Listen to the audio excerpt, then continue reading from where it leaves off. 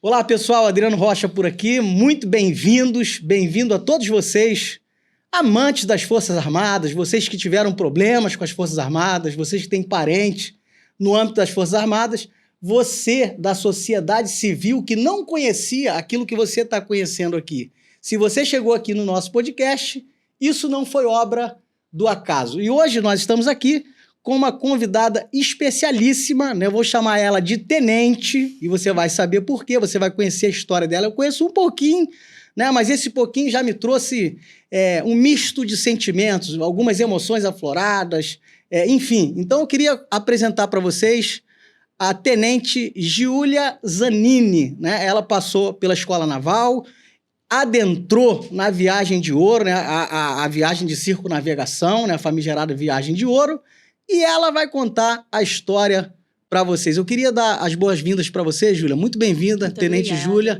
É um prazer te receber aqui, né? Queria que você se apresentasse aí para o nosso público, falasse um pouquinho sobre você, sobre o seu ingresso na Marinha, e aí a gente vai batendo papo, vai construindo aqui um bate-papo saudável, de modo que as pessoas conheçam a sua história e conheçam também, né, aqueles que ainda não conhecem um pouco, né, da formação na Escola Naval, uma vez que o marketing da Marinha, ele é muito, né, diferente da realidade. Muito, né? Convincente, né? Isso. Então, eu queria deixar você falar. Fica à vontade, a casa é sua. Muito obrigada, é um prazer estar aqui com vocês. Meu sonho sempre foi entrar para a Marinha. Desde quando eu iniciei o ensino médio, eu sempre quis entrar para a Marinha. E meu objetivo sempre foi a Escola Naval. Então, eu fiz a prova para a Escola Naval em 2017, e passei, foi minha terceira tentativa, e ingressei na Escola Naval em 2018. Com o meu sonho realizado de ingressar para as Forças Armadas.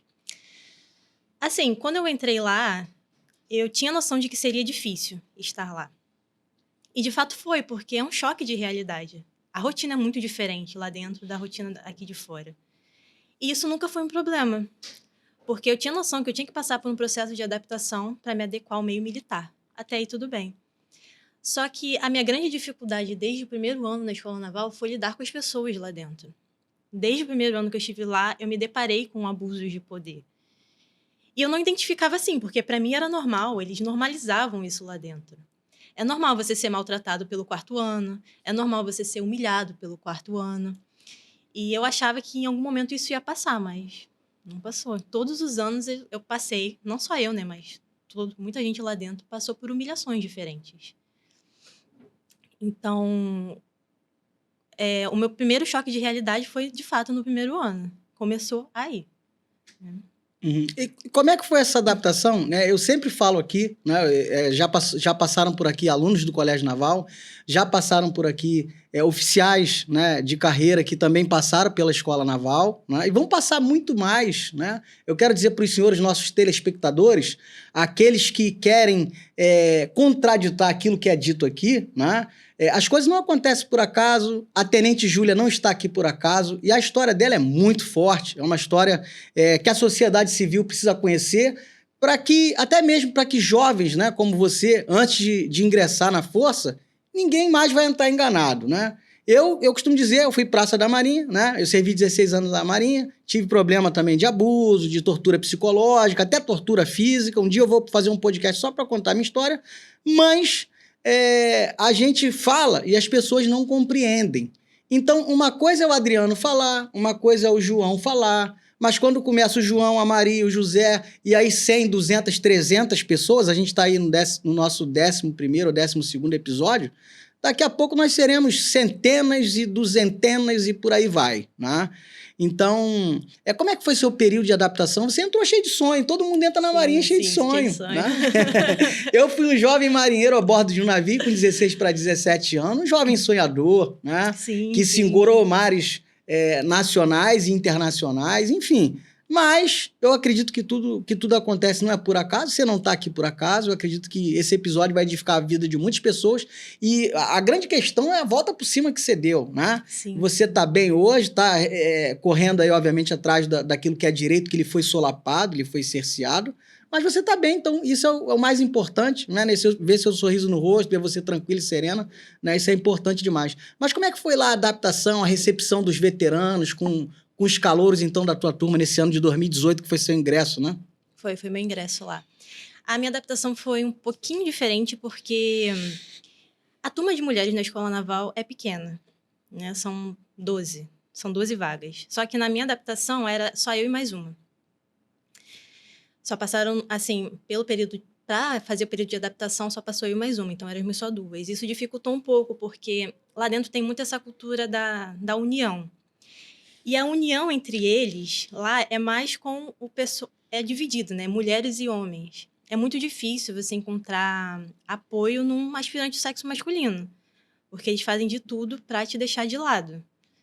Né? A mulher lá, ela, pelo menos na minha época, não tinha espaço para se expressar, não tinha espaço para falar, muito menos para falar. Então, qualquer coisa que a gente reclamava era frescura.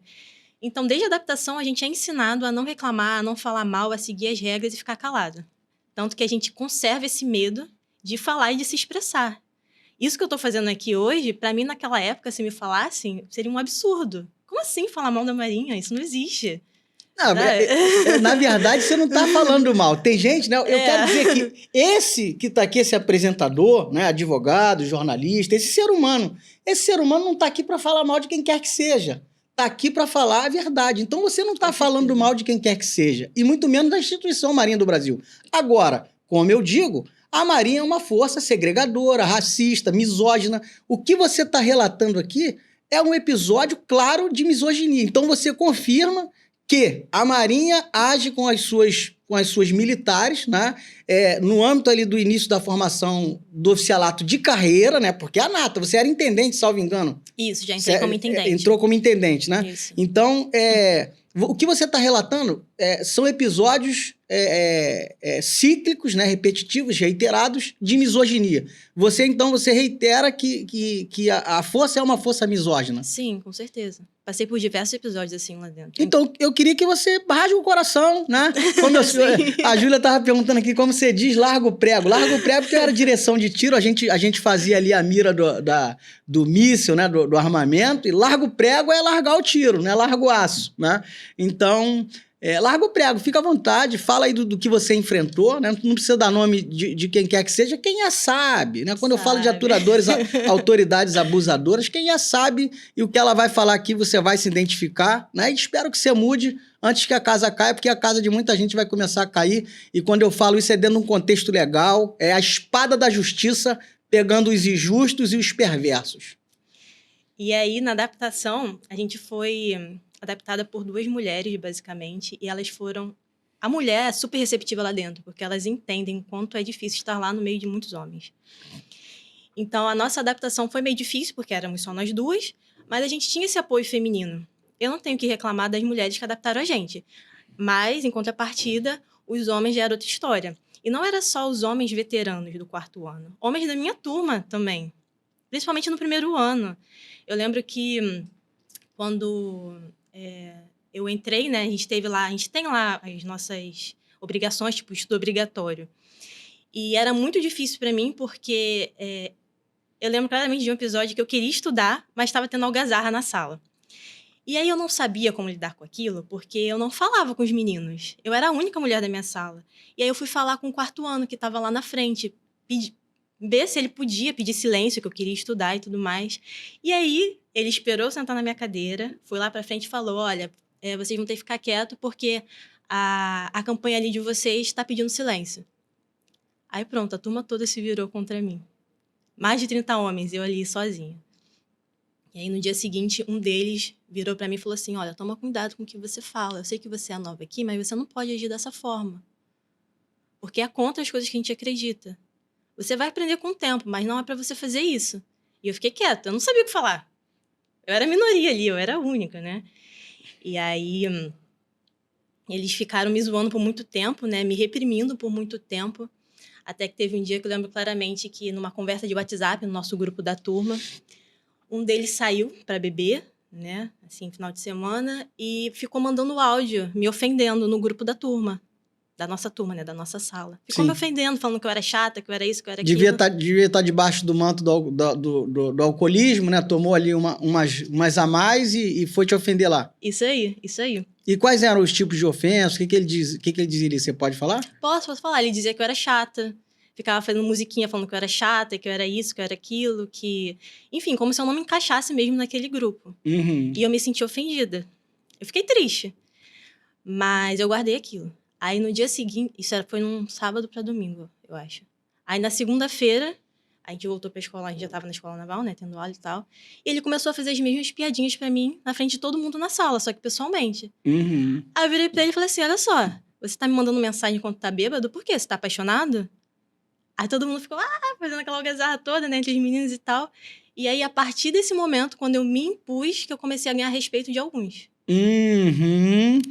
Só pra você saber, você não é a segunda pessoa que fala isso aqui, tá? Tem um ex-aluno do Colégio Naval e da Escola Naval, o Regli, né? Queria mandar um abraço aí pro meu amigo Regli. Ele falou isso, que no Colégio Naval, né, é ali que começa a monstrificação do ser. Os oficiais da Marinha, na sua grande maioria, vou deixar você falar o que você acha, né? Na sua grande maioria, são monstrificados, né? Eles são seres perversos, maldosos. Isso não é conto de fada, a gente sabe à medida em que a gente lida. Age com modus operandi da obscuridade. Por isso que a Marinha não gosta de celular, não gosta de luzes como essas que nos iluminam. Mas chegou o tempo em que as coisas precisam vir para a luz.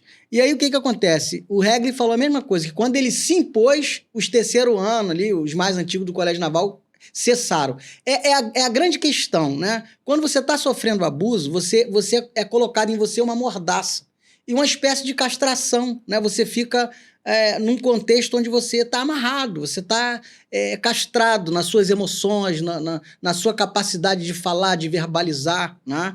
Então, você ficou ali, né, sob esse manto. E aí eu vou te fazer uma pergunta, né? A maioria da turma dos homens que você lidou lá diretamente, eles haviam passado pelo Colégio Naval ou eles haviam ingressado direto com você na Escola Naval? Você lidou com muitos desses alunos que passaram pelo Colégio Naval também? Sim, a maioria. A maioria, A né? maioria na escola naval vem do colégio. Uhum. Porque o concurso para ingressar diretamente na escola, Uhum. acho que eram menos de 20 vagas. Pouquinho, né? Beleza. Eles são chamados Quebecs, né? Os que entram direto, os Quebecs. A gente sabe, né? A gente sabe. Quebecs, isso aí. Então, vamos lá.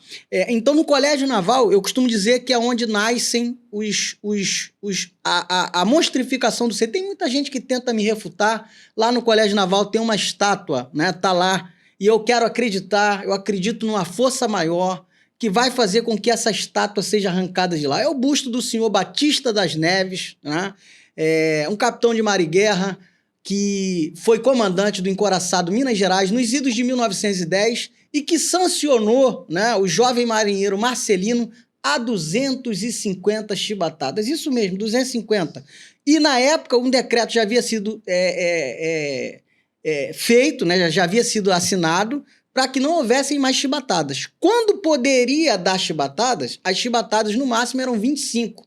Ou seja, ele multiplicou por 10 e sancionou quase aquele militar à morte. E aí se tem João Cândido e os marinheiros insurgentes como subversivos, como alguém que se insurgiu contra a disciplina e a hierarquia, quando na verdade eles estavam protegendo o seu bem maior. O maior bem a ser tutelado é a nossa vida.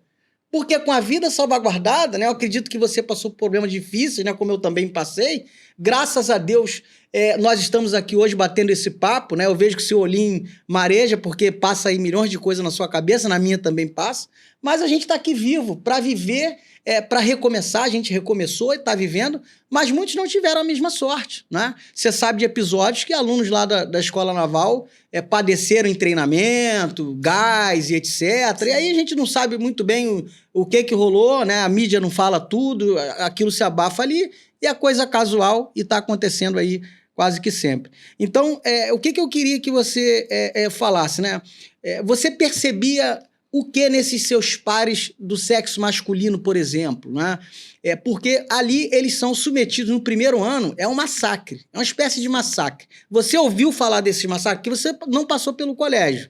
O que você sabe disso? O que você... E aí o que você acha sobre essa questão, né? Essa teoria, né? É uma teoria que eu tenho de que ali começa a deformação do ser. E aí eles vão... Esse abuso ele vai sendo cíclico, né? Ele vai sendo Ele vai se evoluindo e tal, de modo que, quando chega na escola naval, né, agora nós evoluímos, temos as moças lá, parabéns, as mulheres da Marinha Brasileira, né? Muitas delas, né, infelizmente, acabam abraçando também a cultura do abuso e passam a ser abusadoras de subordinados hierarquicamente. Eu sinto muito por isso. E as senhoras também não passarão batidas, né? Porque aqui a gente não tem misoginia, nem transfobia, nem seja lá o que for. Aqui a gente age tratando o ser humano como o ser humano tem que ser. E aí se distorce, né? Tem gente que distorce as coisas, né? Mas a mulher precisa ser respeitada, né? Minha esposa está aqui no estúdio hoje, né? Daqui a pouco a gente vai tirar uma foto junto aí. E eu respeito muito minha esposa como mulher e como ser humano. Respeito minhas filhas, respeito os meus enteados, enfim, eu respeito o ser humano como pessoa, né? E aí eu queria que você falasse um pouco sobre isso. O que você percebeu, né, nesses homens com quem você lidou? Porque lá já eram homens, lá não tinha ninguém menor de 18, já eram homens, né? Muito embora alguns com comportamentos pueris, justamente por causa dos abusos que sofreram. Por que você vê homens de 40, 50, 30 com comportamentos pueris, né? O cara que está dentro de um quartel é um comandante que quer seduzir uma garota de 20, 30 anos que tem a idade de ser nossa filha. Porque é um moleque, é um comandante moleque, né, que se acha...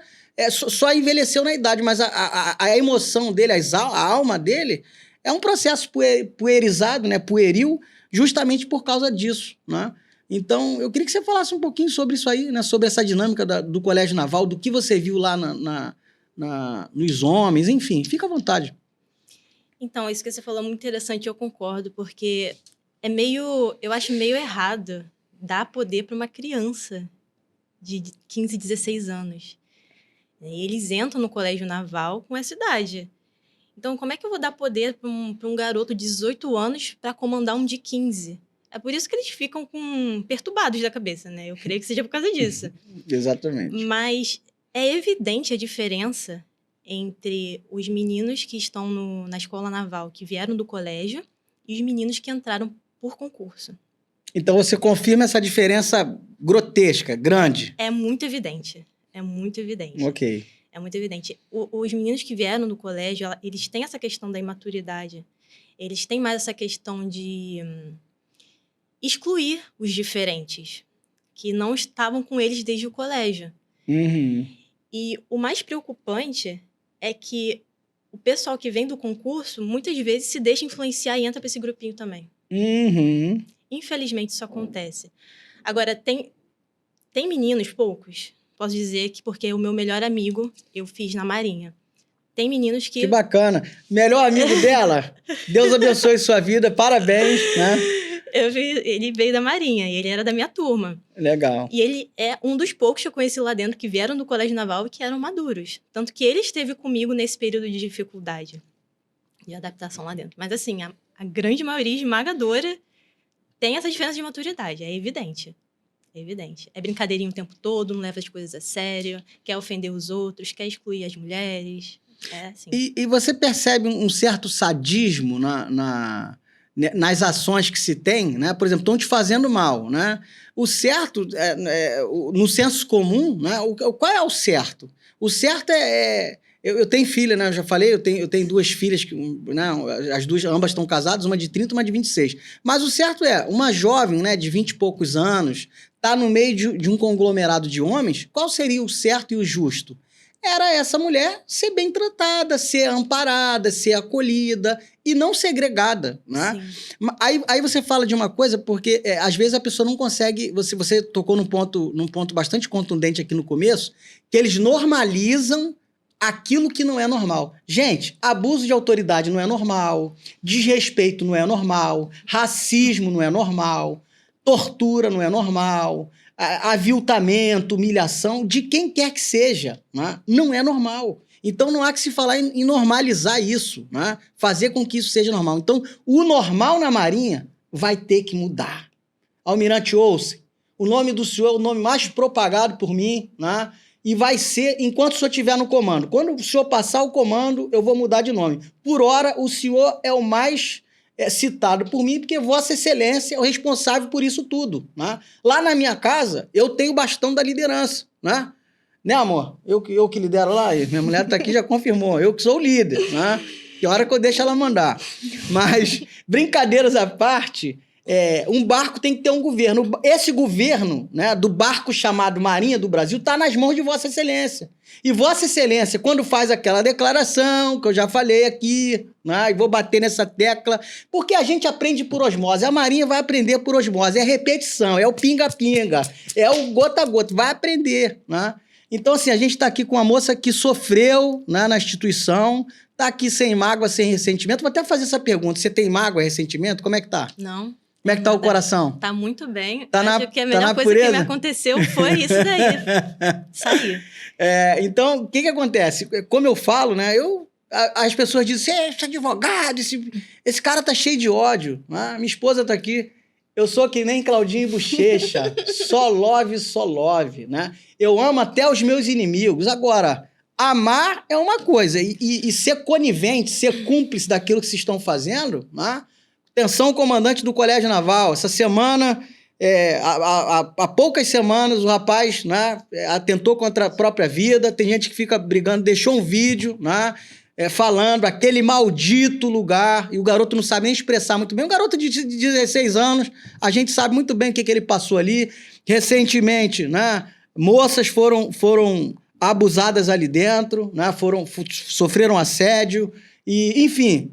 Vossa Excelência sabe o que acontece aí dentro, isso aí precisa cessar e vai cessar, né? Eu acredito que vai cessar. Então, assim, eu queria que você falasse de experiências pessoais suas ali dentro. Pode falar das coisas boas também, porque eu tenho lembranças boas da Marinha. Tem gente que fala assim, pô, o cara não é vocacionado. Você vai falar um pouco daquilo que você recebeu de laudo, né? O cara não é vocacionado para ser militar. Eu sou vocacionado para ser militar e para ser o que eu quiser. Agora, eu não tenho vocação para ser abusado. Né? E eu acho que ninguém tem. Aí, o abusado, quando ele tem uma certa estrutura, ele vai berrar, vai ter lá as respostas, né?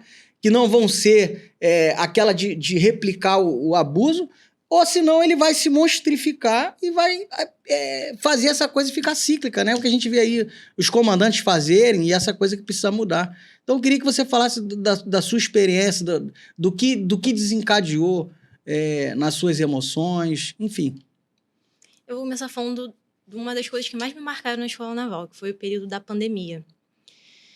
Em 2020, né, começou a pandemia, eu estava no 3º ano da escola, e eu entendo que nesse período as coisas ficaram um pouco difíceis, né? As pessoas ficaram privadas de sair de casa, a gente não podia ter contato social como do exterior. Então, teve uma época que a gente ficou 4 meses preso dentro da escola. Não, 4 meses em casa, perdão. Pra escola, né? Pra gente ficar em casa mesmo, porque a gente não podia ter o contato social. Mas depois desses 4 meses, a gente foi chamado para voltar, para retornar para a Escola Naval. E ficaram no internato. E ficamos lá, sem saber quando a gente ia poder sair. Até aí tudo bem. Mas, o que acontece? As únicas pessoas que ficaram presas lá dentro, aquarteladas, foram os aspirantes. Quem servia na escola, todo mundo, exceto a gente, ele licenciava. Então, qual era o ponto de deixar a gente lá dentro? Isso desencadeou muitas coisas em muitas pessoas, inclusive em mim. Foi aí que eu comecei a desenvolver um quadro de ansiedade. Uhum. Porque lá dentro da escola a gente passa por muita coisa que exige da gente, né? É prova, é serviço, parada escolar, rotina militar, etc, etc. A gente não tinha nenhuma válvula de escape porque a gente estava preso lá há 3 meses. Então, chegou uma hora que eu meio que... Eclodiu a isso. ansiedade, começou a startar uma depressão? Seria isso? Eu acho que foi mais a ansiedade mesmo, a crise de ansiedade. O que você sentia? Quais eram os sintomas que a crise de ansiedade gerava em você? Eu sentia uma angústia muito grande, meio que um desespero de estar num lugar e não poder sair, Uhum. né? De querer ter um amparo fora dali, eu não podia ter. Óbvio que eu podia falar por telefone, mas não é a mesma coisa. De noite você conseguia dormir? Conseguia ter as noites de sono? Eu dormia, mas não era a mesma coisa. Uhum. Era meio complicado, né? E durante o dia, eu tinha que me esconder para chorar, porque lá o choro, você não pode chorar lá dentro. Você tem que se esconder para chorar. Então, eu tinha que achar um lugar para eu ficar sozinha para conseguir chorar, porque a crise de ansiedade, ela demanda isso, né? Para você botar para fora, você chora. E aí, Lá dentro não tinha nenhum apoio, tinha até assistência social, mas não é a mesma coisa. Não tinha ninguém ali que pudesse dar um amparo pra gente e ainda vinha aquela questão, né, que a gente tinha que normalizar esse mal-estar que a gente sentia de estar lá dentro. Então, a gente não podia reclamar. E aí foi aí que eu comecei a ter as minhas crises de ansiedade, nesse período da pandemia. E você ficou com a crise de ansiedade sem buscar ajuda médica, psicoterápica na força? Eu tinha medo de buscar ajuda lá dentro. Medo de buscar... Senhoras e senhores, tinha medo de buscar ajuda médica. Medo de buscar ajuda psicológica. A Marinha, que cuida do pessoal, a Marinha do Almirante Pavone, o chefe das comunicações, né? A Marinha do Vem Pra Marinha, que me bloqueou no Instagram, um perfil institucional, né? Essa Marinha, ela tinha medo. Por que será que ela tinha medo? Por que você tinha medo, Júlia, de procurar essa ajuda? Eu lembro que eu via muito no institucional da Marinha, né? Família Naval. Só que eles não estão nem aí pra gente, essa é a verdade, né? E eu tinha muito medo porque como não era certo se sentir mal lá dentro, não era certo chorar, não era certo ficar triste, se eu procurasse ajuda, isso ia me prejudicar. Eu pensava dessa forma. Tanto que quando eu procurei ajuda, eu fui mandada embora. Você pensava exatamente o real, né? Eu costumo dizer que você tá bom, né? Você tá servindo, você tá prestando. Quando você adoece, você é marginalizado.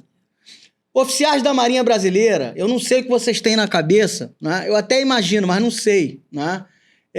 Os senhores, quando avaliam um militar adoecido, comandante, que às vezes eu pego a avaliação do militar e tá lá. O militar é excelente, não sei o que lá, cumpriu seus deveres e tal, mas no último semestre desenvolveu episódios que afetaram suas emoções e etc, etc. Reduz a avaliação de 9,9 para 7, para 8. Vocês são os covardes. Covarde é o mínimo que eu posso falar aqui para depois os senhores não... Apesar que eu estou falando de forma genérica, é o senhor mesmo que sabe que é o senhor. Né?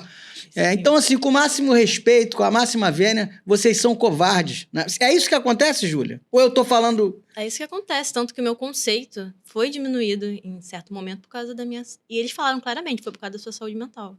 Olha aí. Você pode repetir, por favor? Meu conceito foi diminuído e eles falaram claramente, foi por causa da sua saúde mental. Ou seja, você adoecer na Marinha, você tem que ser um copo. Na Marinha, você tem que ser um pires. Na Marinha, você tem que ser um pedaço de madeira. Porque se você for gente... Porque eu sei que depressão não dá em poste, né? Sim. Aí, os senhores conseguem entender aquilo que eu tenho dito? Que o índice de suicídio nas forças militares, né? Porque nas outras forças também acontece. Por que a gente está falando da Marinha? Porque a Júlia... deveria ser hoje segundo-tenente da Marinha, né? Tá na ativa, ela vai contar essa parte aí da história, mas ela adoeceu, e por ter adoecido ela foi descartada. Então, os senhores que falam aí, a Marinha Família, a Marinha que cuida do pessoal, essa mentirada toda, essas atividades que mais parecem atividades circenses, né? A mentira dos senhores não colam mais. E enquanto eu viver e tiver voz...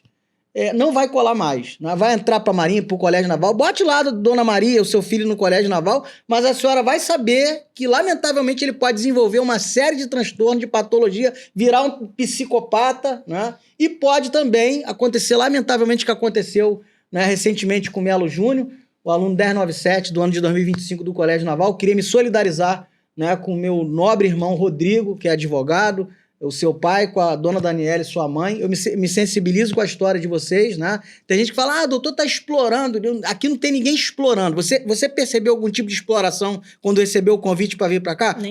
Qual foi a percepção que você teve quando eu te convidei para vir aqui? O que você percebeu? O senhor foi super solícito, convidativo e não me obrigou a nada. Só ofereceu o convite e eu me fiquei muito feliz. Para você contar a sua história. Exatamente. Né? Então, assim, eu queria que você continuasse aí, aquilo que vier no seu coração para falar, seja livre.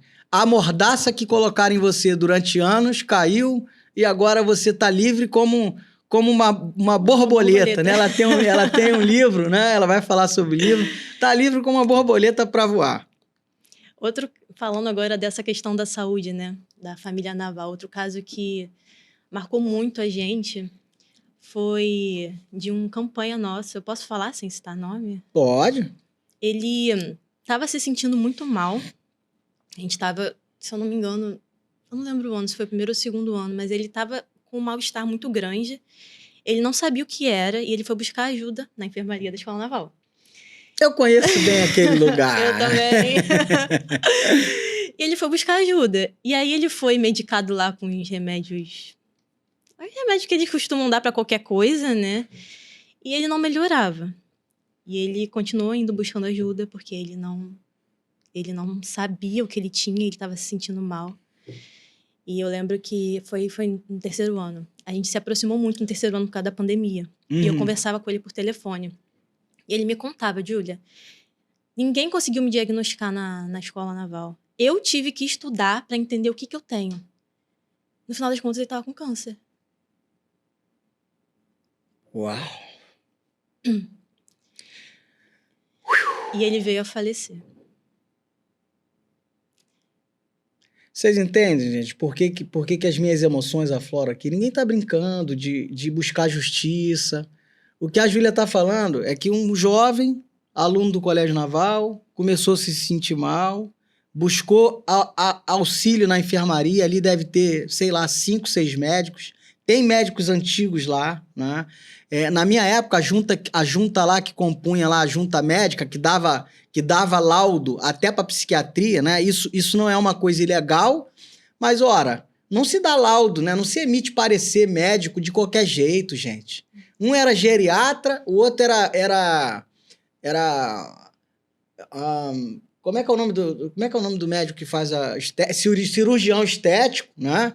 Inclusive tem uns processinhos nas costas aí, né? A gente deve ter estragado o rostinho de muita gente.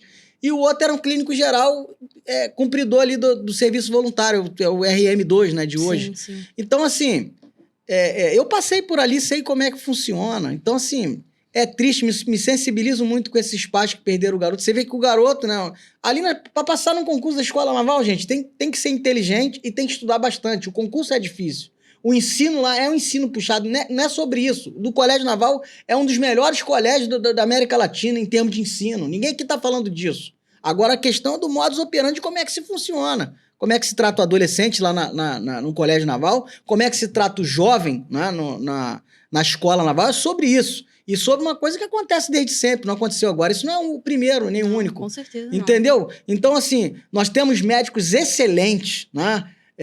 No Marcílio Dias, que não conseguem atender a demanda, mas num caso de uma emergência cirúrgica, né? Tem médicos ali que são altamente gabaritados, qualificados. A gente não vai ser leviano de falar o contrário aqui. Agora, o que se tem de médico na Marinha negligente, que esqueceu o juramento de Hipócrates, né? O juramento da medicina, e virou oficial, né? Você tem que se apresentar, o que você é? Eu sou capitão-tenente, capitão de corveta, capitão de fragata. Que é isso que você deixou de ser médico, né? Então esse garoto, ele pesquisou, né? Como é que foi a história dele? Ele pesquisou e ele pesquisando o que estava sentindo e tal, ele chegou a um autodiagnóstico? Foi. E eu não lembro se na época ele levou esse autodiagnóstico para a Marinha, mas lembro claramente dele falando que foi na enfermaria diversas vezes e fizeram um pouco caso do que ele estava sentindo e ele próprio teve que estudar para entender o que ele estava passando. E era uma doença grave no sangue, desenvolveu para câncer e ele faleceu. E demorou muito, você sabe, demorou muito esse tempo, você teve convívio com ele, demorou muito esse tempo, esse lapso temporal entre ele entender que tinha um câncer, ele chegou a procurar um especialista aqui fora para receber um diagnóstico, ou você desconhece, não sabe?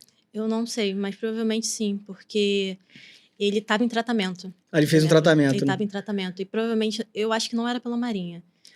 Eu vou aqui ser bem enfático, né? A gente vai entrar num ponto agora, né? Você passou por um tratamento psiquiátrico na Marinha, né? Sim, sim. Psicoterapia também? Psicólogo? Só psiquiatra. Só psiquiatra. Eu já quero dizer para os senhores militares da Marinha do Brasil, se os senhores ou as senhoras tiverem um problema, passem longe da Unidade Integrada de Saúde Mental. UISM, Unidade Integrada de Saúde Mental. Passem longe. E a senhora diretora, né, não sei se você está lá ainda, da UISM, pode espernear os médicos de lá, né? Tem alguns poucos, né, que são médicos, né? Mas a minha experiência de dentro e de fora, vossas senhorias sabem do que eu estou dizendo. Como é que foi a sua experiência na UISM? Então, eu primeiro tive que tomar coragem para buscar ajuda. Quando eu finalmente tomei coragem para buscar ajuda, eu procurei um oficial da minha confiança lá dentro da Escola Naval. Maravilhoso. Foi um dos poucos oficiais bons que eu conheci. Ele me encaminhou para a enfermaria da Escola Naval, a enfermaria da Escola Naval me encaminhou para o UISM. No UISM, o que acontece? Primeiro que não tem como o tratamento lá dentro ser eficaz, porque a cada semana que eu ia, era um psiquiatra diferente que me atendia. Então, assim, não tinha continuidade no meu tratamento. Como que vai alguém anotar um CID? Você sabe o que é o CID, né? Sim, sim. Então, como que alguém vai dar um CID se hoje é o João, amanhã é a Maria, depois é a Patrícia, depois é a fulaninha? Como que alguém vai fechar um CID assim? Né? Eu queria mandar um abraço para o senhor, Dr. Brett, vice-diretor da UISM. Eu falo muito bem do senhor, sempre que falo, porque o senhor me atendeu por 2 anos, graças a Deus, então esse foi o diferencial. E o senhor é um capitão de mar e guerra que eu respeito e presto a minha continência, rendo ao senhor as minhas homenagens, porque o senhor é um médico de verdade, o senhor não se monstrificou. Então, meus parabéns ao senhor enquanto médico, enquanto oficial da Marinha. Às vezes o senhor me recebeu aí, né? Eu procurei ser o mais cortês, cordial possível, muito embora discorde do que acontece aí, já falei com o senhor, mas fica aí, não sei nem se ele está lá ainda, né? O doutor Leonhard Obrecht, né? Um capitão de mar e guerra, que é o vice-diretor da UISM, eu era até há pouco tempo, tem um tempinho que eu não vou lá. Mas fora isso, são coisas que é difícil até a gente falar. Né? É difícil. E aí, como é que foi seu tratamento lá na UISM? A Escola Naval te encaminhou para a UISM, e como é que foi lá o tratamento, como é que foi o dia a dia, os médicos que você passou? Eu comecei o tratamento antes da viagem de ouro, isso, e dei prosseguimento depois da viagem também, né? Então, assim, era muito raro eu ter 2 consultas seguidas com o mesmo psiquiatra. Era muito raro. Tinha essa descontinuidade, isso era bem incômodo. E eu lembro que já no final ali da minha época na Marinha, né? Eu fui atendida por um psiquiatra que era muito bom. Eu gostei dele. E eu consegui dar uma continuidade, fazer um certo número de consultas consecutivas com ele. E eu gostava dele porque ele era uma pessoa sincera. Ele me falava, a gente conversava sobre esse papo que eu tô tendo aqui com você, eu podia ter com ele. Ele era médico de verdade. Então era médico de verdade. Exatamente. É como o Dr. Brett que eu tô falando. O Dr. Brett que eu tô falando era um médico de verdade. E olha só o que aconteceu. Teve uma vez, acho que foi a última consulta que eu tive no UISM, que eu fui marcar. Eu falei, olha, eu quero marcar com o doutor fulano. Aí a menina da recepção falou assim, não, ele foi proibido de atender militar. Foi proibido de atender militar. Nunca mais vi ele. Gente, é estarrecedor. Vocês estão vendo? Eu acabei de falar da UISM aqui. Aí, olha o que a Júlia tá falando. Né? Olha o que a tenente Júlia tá falando. Ela tá falando que tinha um médico que ela se identificou. Antes não tinha continuidade, teve continuidade. Esse médico, por ser um médico, é igual oficial bom. Né? Você falou que tem poucos oficiais bons. A gente vai entrar nesse contexto. O médico foi proibido de atender militares. Você tem noção? Isso é criminoso. O médico, porque é bom, parou de atender. Aí ele vai atender quem? Quem que ele vai atender? Aí quem vai me atender é um monstro. Porque eu conheço monstros que passaram ali dentro daqueles consultórios. Aí os senhores médicos da UIM, com o máximo respeito, quando eu for aí com qualquer cliente, meu cliente não entra na sua sala sozinho, não. Porque eu não sei se atrás da mesa tem um médico ou um monstro. Eu vou até escrever um livro, vai ver até a inspiração aqui. O médico e o monstro. Eu não sei o que tem atrás ali. Porque eu já sentei com o médico e já sentei com o monstro. Então, assim, você tá vendo que não é um fato isolado? Quanto tempo faz que você fez esse tratamento, Júlia? Que você entrou ali? Que você iniciou o tratamento. Você começou aí antes da viagem de ouro na psiquiatria da UISM? Isso. Eu me formei em 2021, estava no 4º ano de 2021. Então, eu comecei para o UISM no início de 22, no início do meu ano de guarda-marinha.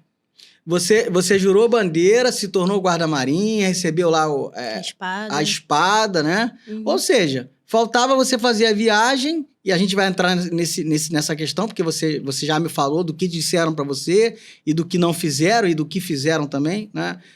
Coisa absurda, coisa grosseira, coisa do padrão marinha. né? Do padrão Marinha. Então, você começou a ser atendida lá, teve toda essa dinâmica ruim, encontrou o médico parou de te atender porque foi proibido. Isso aí. E a partir daí, como é que foi? Como é que foi apareceu?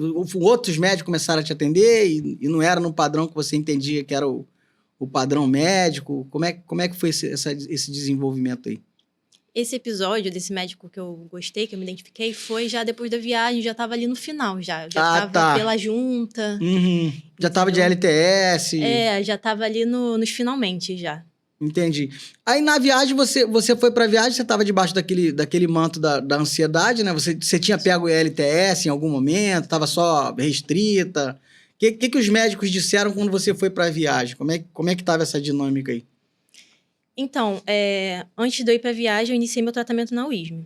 Uhum. E aí, eu já fui logo de cara medicada, com antidepressivo e um SOS, pra Rivotril, né? Sim. Pra quando eu estivesse ansiosa, eu tomar. Ter sono, e que dá aqueles efeitos colaterais que eu conheço bem. Horrível. Boca seca, cada um tem um... E detalhe, tem remédios que a pessoa precisa ter cuidado porque... o caso do Cabo Lucas, né? O famigerado caso do Cabo Lucas, tinha lá na bula, né? Risco de suicídio, risco de pensar em suicídio. Caramba. E trancaram ele num xadrez, né? Trancaram ele num xadrez e, lamentavelmente, aconteceu. Quero mandar um abraço para dona Andréia. Enfim, é tudo muito triste isso que acontece. Então, no livro você fala, né? Sobrevivi. Você é um sobrevivente e eu recebo você aqui com muito orgulho, com muita... alegria, né? É um misto de tristeza a gente tratar dessas desgraças, né? Porque não tem outro nome. Mas, em contrapartida, quando eu vejo que alguém venceu, alguém superou, e eu vejo que você vai voar, né? Porque você tem muito talento, então eu fico, de certa forma, feliz, né? E faço as minhas orações para que você voe, para que você conquiste tudo que você precisa conquistar. Mas aí, como é que a Marinha... você estava naquele contexto de ansiedade, entenderam que você conseguiria fazer a viagem, você partiu para a viagem. Guarda a Marinha, foi para a viagem, vou voltar... e ser segundo tenente. O que aconteceu aí nesse lapso temporal? Quantos países você chegou a pisar? Quantos portos você visitou? Quantos continentes? Fala um pouquinho sobre isso. Então, essa foi a parte mais tensa, né, da minha época na Marinha. Era para ser a melhor, mas foi a mais tensa. Porque, assim, eu tinha que tomar remédio. Uhum. Não tinha como eu parar de tomar meu antidepressivo para fazer a viagem. Então, eu fui no ISME, pedi uma receita para 5 meses. Uhum. Porque seria o tempo que eu ficaria na viagem. Uhum. E aí, eles não quiseram me dar, porque eles disseram que é muito tempo. Eu entendo, mas tinha que ter alguém para me avaliar dentro do navio para fazer esse controle de remédio. E tinha um médico lá no navio? Tinha um médico. Mas não era psiquiatra? Nem psicólogo, e não tinha assistente social também no navio. Uhum. O que já me assustou, eu ficar 5 meses fora de casa sem psicólogo, sem psiquiatra. Sem um acompanhamento necessário, né? O sem mínimo, assistência né? social, exatamente. Eu vou abrir um parênteses aqui, Júlia. Tá.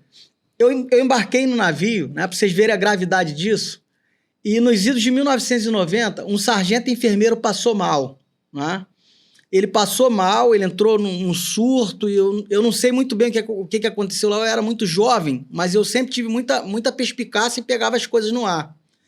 Eu me lembro que o comandante da época deu uma ordem para ligar um frigorífico para colocar o corpo daquele moço, daquele sargento, né? Então, assim, não é brincadeira, não. Aqui não tem ninguém para inventar moda, aqui não tem ninguém para falar conversa fiada. Graças a Deus, esse cara conseguiu chegar no porto, foi encaminhado para o ISME, né? E, enfim, anos depois eu encontrei com ele, estava vivo, né? Graças a Deus. Mas ele chegou num momento na enfermaria que o médico de bordo, que era um clínico, salvo engano, era um clínico geral, falou: comandante, eu acho que ele vai, né? Como diz na linguagem naval, acho que ele vai pro saco preto, né? Mas aí, graças a Deus, não aconteceu isso. Mas eu vi... Por que eu tô falando isso? Porque eu vi tanta frieza, né? Eu vi tanta frieza. Aí a Júlia esboça uma reação aqui, porque a frieza é o padrão Marinha, é o padrão Força Naval que vocês tentam esconder, né? Tipo assim, liga a geladeira, se morrer a gente taca lá o defunto, né? A gente é ensinado a normalizar isso. Exatamente isso, exatamente isso. Então, graças a Deus que não teve isso com você, né? Não chegou nesse nível. Hoje em dia também algumas coisas evoluíram, tem os helicópteros aí mais potentes e tal, que mandam o cara embora para Marcílio Dia, aterriza lá. Enfim, graças a Deus você está aqui. Mas aí, nesse contexto, você estava desguarnecida de uma equipe multidisciplinar, né? E você tocou a viagem. Como é que foi a viagem? Como é que foi a dinâmica lá? Então, eu já iniciei a viagem num relacionamento abusivo com um rapaz da minha turma. Só que na época eu não sabia que eu estava nesse tipo de relacionamento. Até então, essas crises de ansiedade que eu tinha, depressão, né? Já estava num estado de depressão, era porque era meu. Eu estava passando por uma fase difícil, muitas mudanças, marinha, viagem de ouro, ia ficar longe da família. Para mim era tudo coisa minha, né? Intrínseco a mim. E aí eu embarquei no navio e, cara, graças a Deus, o médico, o comandante médico lá, era uma pessoa, assim, extremamente atenciosa, bondosa, Médico de compassiva. verdade, né? Um E médico ser humano de verdade um também, ser né? humano. Foi um dos melhores oficiais que eu encontrei na Marinha. Uhum. E ele não só me ajudava no controle dos meus remédios. Um abraço aí pro senhor, doutor, comandante. Na Marinha, Maravilhoso. na Marinha se chama oficial superior de comandante, é uma praxe, né? Então, doutor, parabéns aí pro senhor. O senhor sabe que a Júlia tá falando é do senhor. Então, um abraço pro senhor, meus parabéns pro senhor ser um médico de verdade e ser um oficial justo, né? Um oficial que não se desumanizou. Ele sim é um médico de verdade. E além de tudo, apesar de não ser psicólogo nem psiquiatra, ele me ajudou. Quando eu tinha crise de ansiedade, queria conversar com alguém, era ele que eu buscava. Certo. Então, assim, ele foi um dos meus pontos de apoio na viagem. Que se não fosse por ele também, as coisas poderiam ter ficado bem piores, né? E quanto tempo você ficou lá? Eu fiz a pergunta, quanto tempo você ficou lá? Até quantos portos você conseguiu ir? O que aconteceu? Qual foi o desdobramento na viagem para você ter voltado? E o que a Marinha disse, né? Certo. A viagem estava programada para durar 5 meses. Então, a gente começou aqui... a gente foi primeiro para o continente africano. Depois, a gente passou por Israel. Depois, a gente passou por alguns países na Europa. Fomos para os Estados Unidos. Chegamos no Chile. Acho que foi Chile. Ou Peru. Não tô lembrando bem. Então, você fez mais da metade da viagem? Sim. Eu cheguei até o final da viagem. Eu vim embora faltando um mês para terminar a viagem. Caramba, Júlia. Eu pensei que no começo você tinha... Caramba, a tua história é mais tensa do que eu imaginava. Eu pensava que logo no começo, 1 mês, 2 meses, você... Não, fiquei 4 meses no navio. Fiquei 4 meses no navio. Então vamos lá, larga o aço aí, fala tudo, que o povo quer saber. Então, esse período no navio é um pouco complicado para eu falar, até porque eu desenvolvi o TEPT, né, que é o transtorno de estresse pós-traumático. Eu realmente fui diagnosticada com TEPT por causa desse relacionamento. Então, todo o período complicado que eu passei dentro do navio foi devido a esse relacionamento com esse rapaz da minha turma. O rapaz foi do Colégio Naval, Escola Naval? Foi, né? Exatamente. Exatamente, ele mesmo. Diga se me entende. E assim, era um relacionamento extremamente abusivo, porque... Eu vou tentar falar com poucas palavras, mas só vai entender mesmo quem conseguir ler a minha história ou quem estava lá dentro comigo, que acompanhou o processo inteiro. Essa história tá no livro, né? Isso, tá no livro. Você faz logo a propaganda, quer que eu faça pra você aqui? Tá aqui, ó, o livro da Júlia, Sobrevivi e Renasci. O relato de abuso narcisista nas Forças Armadas. Júlia Zanini. Esse aqui é meu, já ganhei. Né? Ela falou que vai me dar. Eu tenho uma tatuagem aqui, ó. Metamorfose. Aí, tudo a ver. Metamorfose. É justamente por isso, né? Exatamente. Eu tenho um livro também, eu fiquei de trazer o meu pra você, mas vou te enviar, porque na correria, né? Eu marquei outros compromissos com a minha esposa, então eu acabei esquecendo de trazer, peço minhas escusas por isso, né? Mas você vai ler Dias de Luta, Dias de Paz, né? E eu queria também já deixar aqui, se você quiser ler o Marinheiro... A Revolta Sem Chibata. O autor é um autor desconhecido, Marinheiro Reborn é o autor, né? Reborn, o cara teve essa criatividade. Eu ia bom. colocar aqui na tela, mas não deu tempo, mas vou colocar depois, né? A Revolta Sem Chibata. Ele fala justamente dessas questões que envolvem a Marinha. Ele conheceu essas histórias por causa do meu trabalho, né? E a partir de então ele escreveu de forma rápida o livro. Se você quiser receber, faz contato lá no direct do Instagram, enfim, manda mensagem que a gente manda para você. O livro da Júlia tá aqui, né? Sobrevivi e Renasci. Ela vai falar sobre isso agora, sobre a história dela nesse contexto de abuso, né? Um relato de abuso narcisista nas Forças Armadas, né? Então, eu acredito que tenha muita profundidade aqui. E como é que você conseguiu... onde que se encontra o livro, Júlia? Quem quiser adquirir, como é que faz para ler seu livro? Tá lá no meu perfil do Instagram. Ele tá em formato físico e digital. Digital é o e-book, o Kindle, né? Isso, que dá para ler no Kindle. A sua rede social é Borboleta Azul? É juliazanini.a. É meu Instagram. juliazanini.a. Julia com Z, Zanini.a, né? Isso, Julia com G, Zanini com pontuar isso aí. Beleza. E aqui eu conto o que eu passei dentro da Marinha junto com esse rapaz. Então, basicamente, eu era um relacionamento abusivo com um narcisista. E ele era um cara extremamente controlador. Imagina viver com uma pessoa que tenta controlar sua vida dentro de um navio.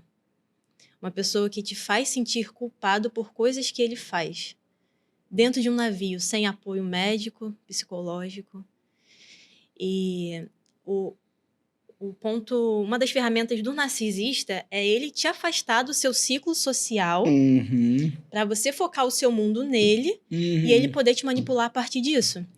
Então, dentro de um navio, onde eu só tinha ele a quem recorrer, e ele jogando essa carga de culpa extrema em cima de mim, quem eu ia recorrer se não ele? Eu ficava nessa emboscada, porque eu só tinha ele. E era uma manipulação muito grande em torno desse contexto. Então, chegou uma hora, que foi faltando 1 mês para terminar a viagem, que eu não aguentei mais essa pressão psicológica.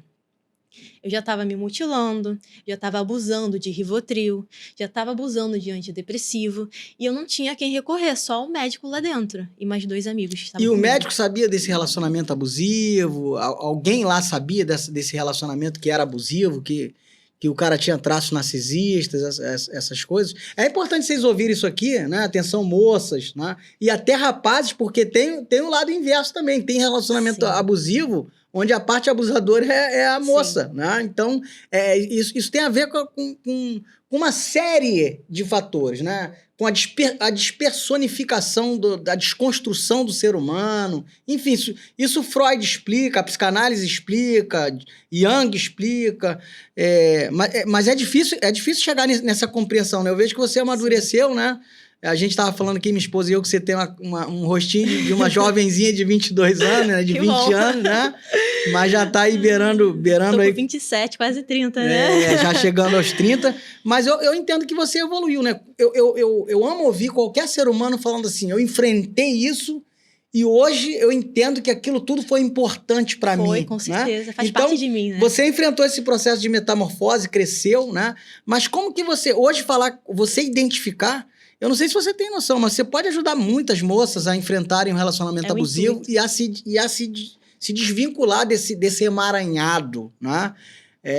Então, como que você conseguiu identificar? E lá você tinha alguém para partilhar sobre isso, para compartilhar, né? Essa dinâmica? Ou ficou ali no campo debaixo do tapete durante a viagem quase inteira? Como é que foi isso aí?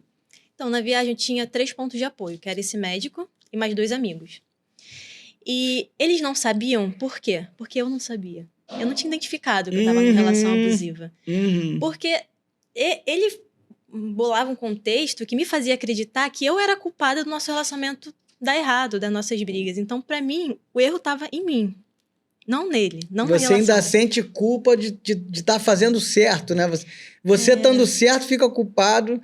E essa é a grande questão. Você sabe que um cidadão desse, se ele não mudar, se ele for um psicopata, ou se ele não buscar uma cura, um equilíbrio, buscar uma ajuda psiquiátrica, ele vai naufragar a vida de muita gente. Com certeza. Ele vai desgraçar a vida de muita gente. Porque a dele já é desgraçado, porque um cara desse, pra mim, é um ser monstrificado. Sim, né? O narcisista ele tem um vazio tão grande dentro dele que ele precisa procurar isso no exterior. E como ele faz isso? Manipulando pessoas e fazendo essas pessoas forma de satisfazer o ego dele. E era isso que acontecia. E é uma personificação de muita gente que a gente acha na Marinha, né? Exatamente isso. Entendeu? Você tocou num ponto nevrálgico aí, né? Então você tem um entendimento que a Marinha é uma casa de narcisista. Sim, no próximo episódio a gente vai receber um tenente aqui, né? Um ex-tenente, intendente, né? É uma figura reconhecida aí no meio da internet. Mandar meu abraço para ele. Vou deixar surpresa, né? Porque ele vai vir no próximo episódio, então a galera vai ficar esperando aí, vai ficar na esperança. Mas assim, você lidou com muitos oficiais na Marinha, oficiais de carreira, oficiais médicos, oficiais de tudo quanto é esfera. O que você tem para dizer em termos dos oficiais das forças, da Marinha do Brasil? Em termos de se você for mensurar, eu me deparei de 1 a 100, né, com tantos oficiais bons, né, e com tantos oficiais que eram perversos. O padrão é a perversidade? Porque eu falo isso sem medo de errar, E conheci oficiais bons, tive encarregados bons, mas tive verdadeiros demônios personificados enquanto pessoas que eu lidava, que eu quero distância desse tipo de ser humano, porque nem de ser humano dá para chamar, com né? certeza. Então, você entende isso? Você entende dessa forma? Você lidou com muita gente nesse tempo, por que você lidou de gente boa, de gente ruim, um percentual aí na sua cabeça? Porque uma vez eu estava conversando com um oficial, né, em off, né? E eu falei assim, 10% da oficialidade para mim é boa. Ele, doutor, não exagera não. Não exagera não. Aí ele falou assim, eu falei, seu percentual 1%. Eu falei, cara, ele pegou pesado. Se eu falar que é 1%, o nego vai mandar me pegar, pô. Mas, enfim, né? Cada um... Eu quero que você, com as suas palavras, que você diga, né? Qual o percentual porque você lidou. Sim. Se eu lido com 100 pessoas e de forma contínua, eu tenho como fazer uma leitura. Né? Você é uma Sim. moça inteligente, você tem como fazer essa leitura. O que você teria para me dizer aí da oficialidade da Marinha de uma forma geral? Eu tô aí nesse 1% aí também. Porque... Olha aí. Olha, eu encontrei oficiais muito bons que me ajudaram, me ampararam, mas... 1%. 1%. A maioria ainda é impressionante, doutor. Traz aquela mentalidade de colégio naval. Um cara de 40, 50 anos. Vem arrastando essa mentalidade porque é aquilo, normaliza. E leva isso, sendo pra comandante, vida inteira, almirante, né? É impressionante. É impressionante. Almirante Olsen! Vossa Excelência precisa me ouvir. E eu sei que Vossa Excelência vai me ouvir uma hora ou outra. Minha voz está aumentando. Não adianta me prender, não adianta me usar os instrumentos de tortura que a Marinha do Brasil costuma usar, IPM, sindicância, né, parte de coisa, o que for, conselho de disciplina. Vez por outra eu recebo algumas informações, estão armando algumas coisas para mim. Eu quero dizer para Vossas Excelências, esse que vos fala, vou até tirar o boné, né? Boné do Tenente Eusébio, obrigado, Tenente Eusébio, pelo boné, homem de honra. Vou tirar o óculos para vocês olharem aqui nos meus olhinhos, né? Nesses olhinhos que minha esposa ama. Aqui não tem medo, não tem retrocesso. Vocês vão ter que mudar.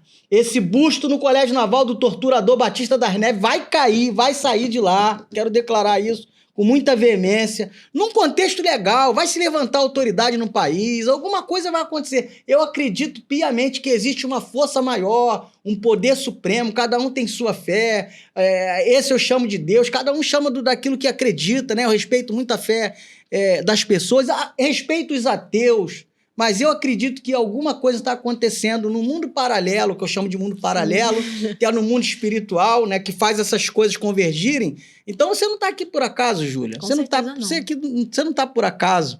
Fala assim, Almirante Olsen, as mulheres da Marinha precisam ser vistas como tais, precisam de respeito. Se quiser deixar o recado para ele aí, pode deixar. Fala assim, melhor aí para quem ficou. Né? Sim, as mulheres precisam achar o espaço delas lá dentro, assim como os homens. Nós somos seres humanos. Não tem que ter essa divisão. Nós podemos servir a Marinha tanto quanto os homens.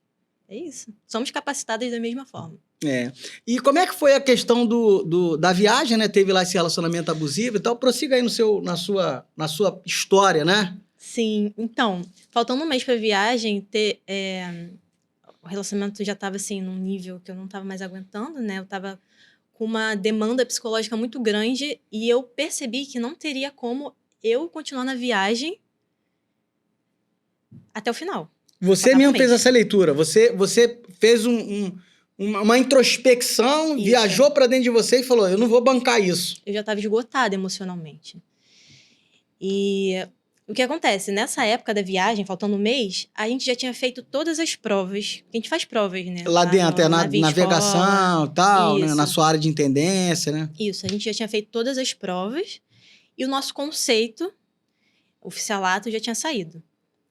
E eu tava bem em tudo, bem, entre aspas, né? Porque abaixaram o meu conceito por causa da minha saúde mental. Quando você ficou doente, baixaram o conceito. A Marinha baixa o conceito de quem tá doente. A Marinha do Afeganistão, aqui no Brasil não, lá na Marinha do Bin Laden. E isso falaram pra mim, claramente. Eu fui reclamar sobre o meu conceito baixo, falaram, não, porque você tava com a saúde mental afetada e tal. Enfim. Quer dizer, não pode ficar doente, né? Tem que ser de aço, tem que ser perfeito. Ou esconder a doença. Pois é, mas o cara que esconde a doença se mata, porque ninguém aguenta. Exatamente. Quem vai aguentar a doença emocional não se brinca com depressão, não se brinca com síndrome do pânico, não se brinca com ansiedade. E eu tô falando, Júlia, porque eu já vivi isso, né? E foi episódio pós-traumático, abuso de autoridade, Sim. esses instrumentos de suplício. Hoje vocês podem usar o que você quiser. Se vocês quiserem me amarrar no tronco, eu vou morrer falando o que eu tô falando aqui, porque eu tenho preparo físico, emocional. Óbvio, né? A gente sofre o baque. Não vou falar pra vocês que eu sou de pau, né? Sim. Me prenderam lá, o Almirante Lobo me prendeu. Quero agradecer a Vossa Excelência de ter me prendido. Se Vossa Excelência não tivesse me prendido, talvez não tivesse aqui ouvindo a Júlia hoje, não tinha podcast. Não tinha podcast. Não, E é tão importante, não tinha outras né? coisas que virão. Então, quero agradecer a Vossa Excelência, Almirante Marcos Tadeu Orozco Lobo. Obrigado por ter me prendido. Vossa Excelência ter me mandado ali. Né? Inclusive, quero até falar com o senhor. Quando eu for no distrito, pede para esses homens parar de ficar me seguindo, me cercando. Né? Aqui não tem nenhum bandido, não. Tem a barba aqui, ó, mas não sou homem-bomba, não. Tem a barba de Bin Laden, que a patroa gosta. Mas aqui não tem homem-bomba, não, pô. Eu respeito a Marinha, respeito quem me respeita, né? Só me respeitar. Agora, eu chego no ambiente, eles mandam aqueles caras da inteligência ficar atrás de mim, gente, de paisano. Não, aí o que eu faço? Eu falo, irmão, manda um abraço lá pro Almirante Lobo. Aí o cara, que foi? Tô vendo que o cara tá me seguindo, né? Tu olha o perfil do cara, não tem bobo, né? Não tem bobo e não tem maluco, não tem, aqui não se usa nada, não se bebe nada, não tem a mente que tá lucubrando coisa que não existe. Então tem que parar com isso aí, deixa eu entrar lá no quartel legalzinho pra fazer meus trabalhos quando estiver lá no complexo e tá tudo certo, cada um faz o seu. Só fica aí de trás da sua cadeira assinando seus documentos, né? E se Deus quiser, não me prenda de novo, né? Porque eu não cometi nada ilegal e nem vou cometer. E todo mundo sabe disso. Todo mundo sabe. Queria dizer para os juízes militares, né? A justiça, os juízes federais da Justiça Militar da União, dos promotores, eu acredito em Vossas Excelências, acredito que em toda essa dinâmica aí, eu estou sofrendo uma sanha persecutória por parte da Marinha, porque eu estou falando a verdade aqui, ó. A verdade está aqui. Está aqui e vai ter cada vez mais. Agora, se falar a verdade, né? Vão querer buscar a vítima, né? Aí tem duas vítimas aqui que já foram vítimas e que não são vitimistas, né? São duas vítimas que passaram por um processo de metamorfose e a gente está aí. Aí é com os senhores mesmo, mas eu acredito na justiça. Eu também. Acredito na justiça, acredito em médicos de verdade, acredito em tudo aquilo que é contrário, né, que a gente vê na Marinha, e eu acredito em mudança, Júlia. Eu não sei você, mas eu acredito nessa mudança. Eu acredito que a gente está aqui, a gente está produzindo mudança, né? Então, como é que foi lá a viagem, né, esse final, né, quando você identificou o relacionamento abusivo, enfim? Nessa época eu ainda não tinha identificado o relacionamento abusivo, mas eu identifiquei que eu estava muito mal, que eu não ia conseguir continuar. E aí eu fui atrás desse médico. E eu falei pra ele, olha, comandante, não tá dando mais pra eu ficar aqui, por causa disso, né, porque a gente já conversou aqui. E eu queria saber do senhor se tem como eu voltar pro Brasil sem isso prejudicar a minha carreira. Porque eu já fiz tudo, eu já passei, já tirei as notas que eu tinha que tirar, meu conceito, por mais que esteja baixo, é o suficiente. E eu queria saber se tem como eu voltar pro Brasil sem que isso me prejudique. Aí é aquilo que eu falei pro senhor, né? Ele é um médico bom, mas não depende só dele. Depende de pessoas acima. Com certeza. E aí ele falou, vou levar essa situação pro comandante do navio. E assim foi feito. E depois de alguns dias, chegou para mim, o encarregado da turma veio conversar comigo, né? De forma compreensiva, de boa. E me falou que a minha volta pro Brasil tinha sido aprovada e que isso não me prejudicaria, que eu seria promovida a segundo tenente porque eu já tinha completado o ciclo. Já tinha feito, só faltava aquele mesinho de Erros de Mares, né, e tal, isso. Mas já estava tudo concluído. Já estava tudo concluído. Aí ele me garantiu isso. Inclusive, um outro oficial do navio ligou para minha avó falando exatamente essas palavras. Olha, a sua neta tá voltando, porque a minha avó era minha responsável aqui no Brasil. Sua neta tá voltando, mas pode ficar tranquila que ela vai ser promovida, isso não vai prejudicar a promoção dela, isso por telefone. E aí eu pergunto, né? Várias praças, né? Os oficiais dão parte de ocorrência, faltou com a verdade, o pundonor militar, a comissão de promoção de praças, né? A comissão de promoção de oficiais em alguns casos, como no caso do tenente Eusébio, né? Meu abraço aí, né? Enfim, aqueles estão sofrendo as perseguições, né? Coloca lá uma série de coisas, né? Aí eu vou perguntar aos senhores, um lance desse, né? Que essa moça está contando aqui, isso é de uma gravidade. Os oficiais mentem, os comandantes mentem. É pergunta, indagação, inquirição, perquirição. É a dúvida que paira na minha cabeça. né? Então, afirmaram para você que você seria promovido. Então, eu tenho que chamar ela de tenente, porque para mim ela é tenente, pô. Para mim ela é tenente. E aí, combinaram isso aí, mas não foi posto no papel, né? Exatamente. Não foi posto no documento. Vou abrir outro adendo aqui. É por isso, senhoras e senhores, que quando eu vou na OM, eu quero gravar, vocês entendem? Eu quero gravar, é o que eu tô falando, é gravar, cara na cara, crachá, é celular na mão e gravando. Porque até papel some. Vocês entendem? Aí querem me enquadrar em artigo 147. Pode vir com seus 147 daqui pra cá do caramba, porque eu vou continuar fazendo o que eu preciso fazer pra salvaguardar os interesses de quem eu estiver patrocinando, né? No caso dela, estava num navio, não tinha advogado nenhum, não tinha advogado que entrou na causa dela. Quero parabenizar a colega que está fazendo aí um brilhante trabalho, segundo você já falou, né? As minhas sinceras homenagens, mas essa coisa não pode acontecer. Não Como pode. que uma autoridade vai falar uma coisa e vai descumprir aquela coisa que foi falada e dentro de um contexto legal que você tinha... o direito é garantido, né? Sim, sim. E aí, nesse contexto aí, falaram isso pra você, ó, você pode ir pra casa cuidar da saúde, que tá tudo certo. Exatamente. Aí eu cheguei aqui no Rio, fui me apresentar na Escola Naval, fui me apresentar pro comandante, que era encarregado dos guarda-marinhas. Aí eu contei a situação pra ele, aí ele falou, Júlia, isso tá meio estranho, vou verificar.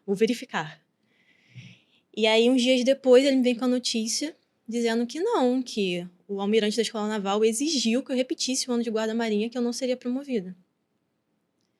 Aí eu fiquei muito triste e fui para o alojamento, né, das mulheres, das oficiais. E aí lá eu lembro que eu encontrei uma tenente que servia na Escola Naval, eu expliquei a situação para ela. Aí, você acredita, olha o que ela me perguntou. Mas por que vocês esperam tanto para procurar ajuda? Por que será? Parabéns, tenente. A senhora que fez a perguntinha para ela. Parabéns.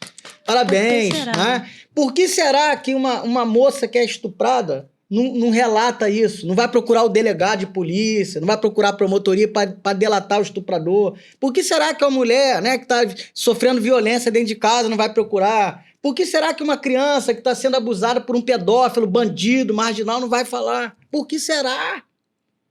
As pessoas não entendem, Júlio, o que é a debilidade emocional. Eu sinto Sim. muito por você, né? Eu olho para você, vejo que de fato você deu a volta por cima, mas não tem como a gente lembrar de memórias ruins, né? E achar maneirinho e ficar legalzinho. Sim, não, sim. tá maneiro. Né? Queria agradecer aos comandantes lá de trás, né? Que me violaram, que me violentaram nas minhas emoções, os médicos que me distrataram. Queria agradecer os senhores, porque meu processo de metamorfose foi graças aos senhores. Mas o que eu quero é que outros não passem por isso. Exatamente. O que eu quero, Júlia, é que não tenha outras guardas marinhas Júlias que sejam mandadas embora da forma que você foi, num ato covarde. A Marinha é covarde. A Marinha é uma força covarde. As outras também têm covardia, mas a Marinha é o norte e a história já diz. Eu canso de falar aqui, né? Minha saudação aos familiares de João Cândido Felisberto, ao Almirante Negro, né? A quem eu rendo as minhas homenagens, e a todos aqueles que se foram debaixo desse manto de crueldade, de perversidade, de malignidade. Isso vai acabar. E aí você chegou aqui na Escola Naval, ouviu isso dessa oficial, né? Dessa querida oficial, que a mulher também, É a mulher. né? Eu acho que assim, ela tinha o intuito de me ajudar, mas ela não tinha noção do que estava acontecendo, né? Eu lembro que na hora eu fiquei sem resposta, não sabia o que responder, mas uns dias depois eu mandei mensagem pra ela, tenente, a gente não procura ajuda porque acontece isso que aconteceu comigo. Se eu não tivesse procurado ajuda, Ela não era da da Armada, não, né? Era da Armada, não? Não era da... Não era da Armada, não. Não era da Armada, não. Talvez não tenha nem noção, aquela formaçãozinha ali do CAW, que também é a famigerada Ilha do Mal, né? Ali acontece coisa do Arco da Velha. Nossa. Então, assim... E aí você recebeu esse baque, né? O almirante disse que você não ia ser promovida. E o que aconteceu depois disso aí? E aí eu entrei de LTS, acho que eu fiquei 60 dias de LTS. E depois desses 60 dias eu voltei, né, para fazer o parecer lá no ISME e tudo mais. E aí eles retiraram meu LTS, porque como eu tinha que repetir o ano de guarda-marinha, eu tinha que voltar a estudar para repetir o ano de guarda-marinha. Retiraram meu LTS, mas me restringiram de embarque. Ou seja, eu poderia... Como que você vai fazer a viagem? Aí é que tá o ponto. Aí que tá o pulo do gato da covardia. Exatamente. O pulo do gato da covardia. O almirante queria que eu embarcasse para ser promovida, mas eu não podia porque eu estava restrita. de embarque. Então, foi o ano inteiro tentando tirar minha restrição de embarque, para no final do ano eu conseguir embarcar. E o ser médico da promovida. Marinha... Vocês entendem o que eu Entendeu? tô falando aqui? O médico da Marinha é médico, mas o médico é capitão.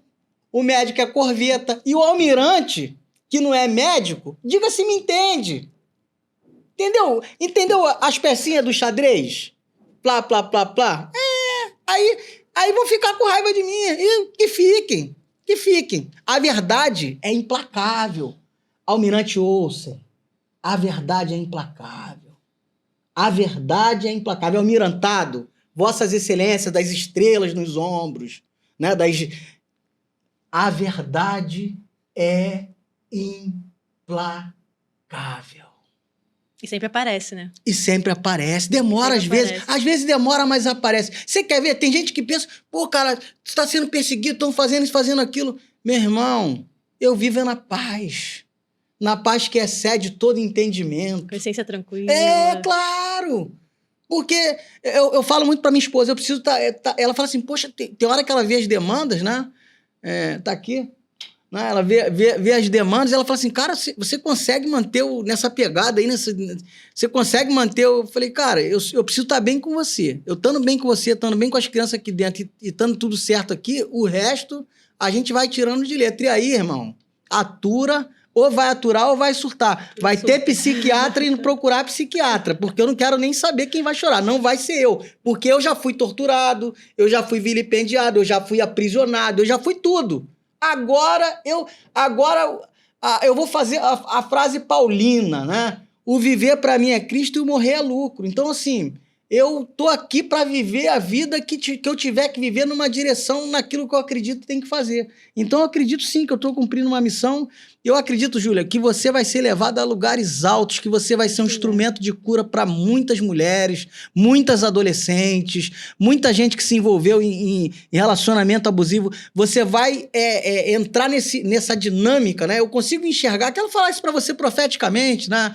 Eu consigo enxergar você numa plateia e você dando uma palestra para muitas pessoas, eu chego a me arrepiar, para muitas mulheres, e você falando sobre a sua história. A sua história é uma história de edificação. A sua história é um emblema que você carrega e que ninguém pode te roubar. Eu nem sei se já aconteceu. Já aconteceu em outro caso desse de guarda-marinha, não fazer viagem, ser mandado embora como guarda-marinha. Tu já viu, sabe de algum caso desse? Que eu desconheço. Eu sei de casos de guarda-marinha que voltou antes por problema físico e se formou. E se formou, né? Problema mental não pode. Problema mental não pode. Ou seja, a Marinha, além de tudo, é estigmatizadora, né? A Marinha produz estigma. Eu tô diante de uma moça aqui que é de uma inteligência. Eu sei que aqui dentro desse livro aqui tem pérola que eu vou degustar com muito carinho, com muita honra. E eu costumo dizer que a Marinha perde os seus melhores. Sabe por quê? E tá perdendo, né? Tá perdendo cada vez mais. Tem capitão de corveta aí metendo pé, saindo. Tem capitães tenentes. Tem oficiais que já não aguentam mais, sabe por quê? Chegou no limite. E pessoas boas. Mas inteligentes. São os bons, exatamente isso. Exatamente isso. O Praçame, né? O Pracinho já não tá aguentando mais ser sargento, pagar 5 mil e sofrer essas misérias que os senhores promovem aí na força. Né? Almirante Pavone, vamos parar com esse negócio dessa mídia aí.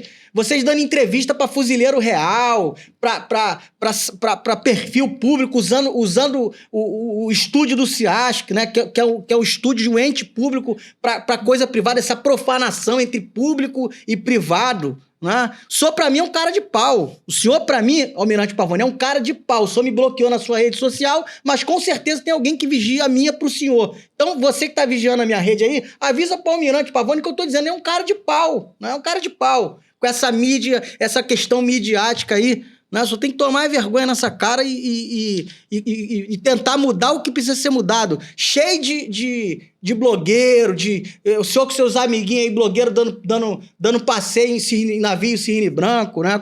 Com dinheiro público, enfim. Né? A minha indignação é extremamente plausível, é extremamente razoável, e que quem é justo, quem é de verdade, sabe o que eu estou falando. Né? Então, aí, nesse contexto, você acabou... Não cumpriram o que disseram que fariam, né? Isso aí. E aí o que acontece? Eu tava repetindo o ano de guarda-marinha. Uhum. Eu tinha que embarcar, o almirante queria que eu embarcasse para eu ser promovida a segundo-tenente, porque é um requisito do guarda-marinha. Sim, fazer a viagem de ouro, né? Cumprir. Mas eu não ia fazer a viagem de ouro. Enquanto a minha nova turma ia pra viagem de ouro, eu ia ter que ficar embarcada na esquadra. Entendeu? A sua nova turma ia fazer... Não entendi, não. É porque, assim, eu já tinha feito a viagem. Eu tinha Sim, saído antes, mas sim, já tinha feito. Sim. E eu teria que repetir o ano de guarda-marinha, por exigência do almirante. Ficar aquele tempo como guarda-marinha, mas na esquadra já. De guarda-marinha, servindo na esquadra? É, porque o ano de guarda-marinha é dividido em 6 meses de estudo, né? Estudo aonde? Aqui no Brasil mesmo. No Brasil terra. mesmo. Na escola naval ou vai pro CAW, alguma coisa assim? Na escola naval mesmo? Pode ser na escola naval ou em outras OMs. Tá. Entendeu? E aí... E depois a viagem que dura 5 ou 6 meses, né? Isso. Só que, e aí, como eu repeti o ano de guarda-marinha, eu teria que fazer 6 meses de estudo. O estudo, e 6 tudo de novo. meses Que de você embarque. já tinha feito, já tinha passado. Tudo Isso de aí, novo. Tudo de novo. Tem nem lógica, isso é Não tem ridículo. Não tem nem lógica. E mais 6 meses de embarque. Mas esses 6 meses de embarque, eu não iria pra viagem de ouro, porque eu já tinha feito no ano anterior. Então não inseri você na viagem de ouro? Não, eu ia ter que ficar na esquadra.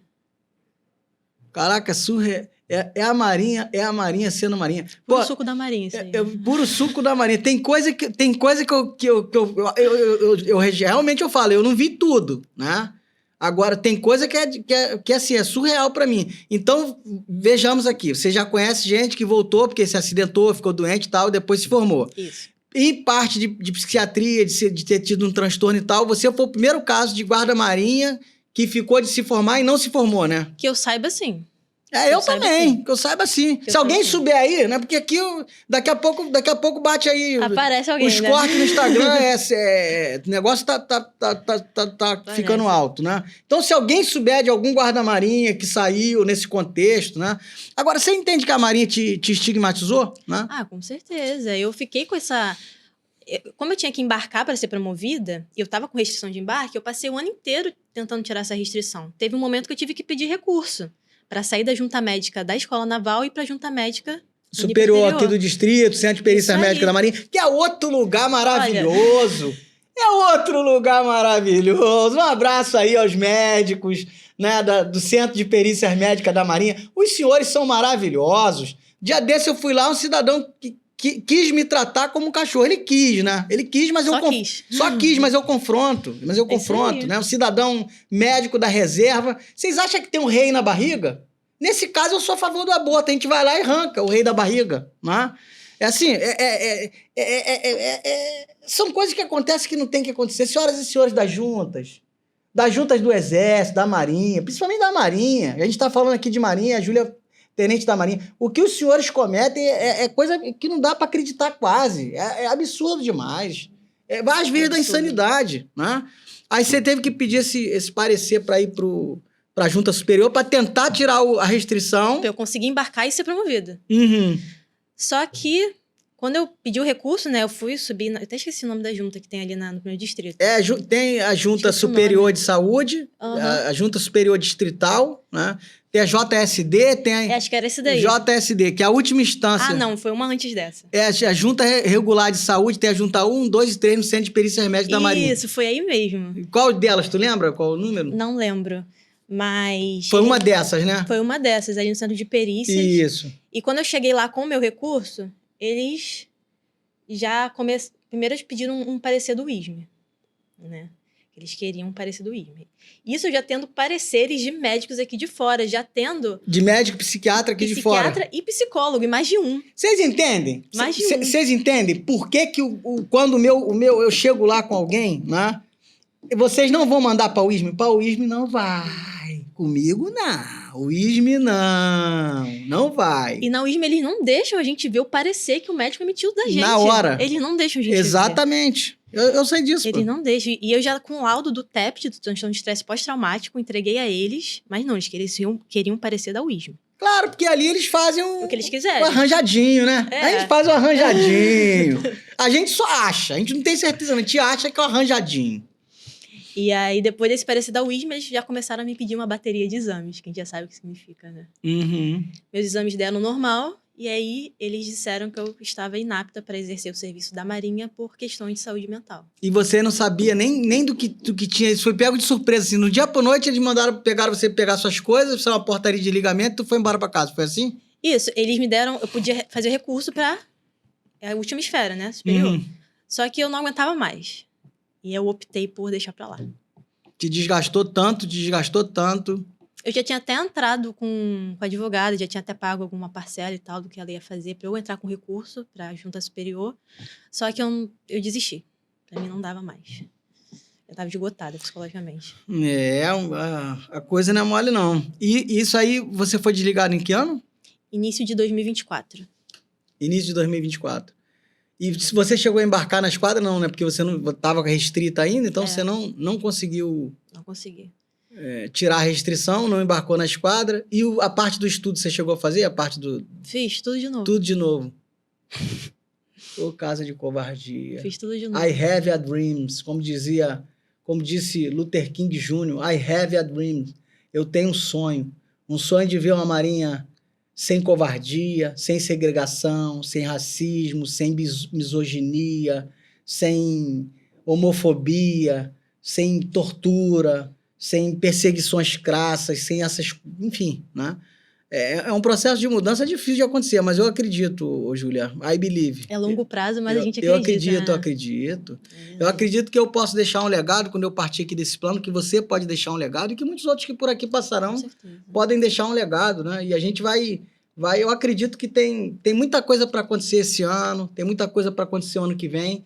Isso tudo... Já tem coisa mudando. Eu não sei se você consegue, né? Como é que você conheceu... Você conhecia meu trabalho antes de eu te procurar? Tu já conhecia? Já tinha visto algum vídeo? Eu conheci o trabalho do senhor através de um aspirante que está na Escola Naval. Ele me enviou um vídeo do Regli. E aí eu assisti a entrevista toda, achei muito legal. E o engraçado é que na semana seguinte, uma amiga minha que também tá na Marinha, né? Ela chegou pra mim... Eu comentei nesse vídeo do Regli.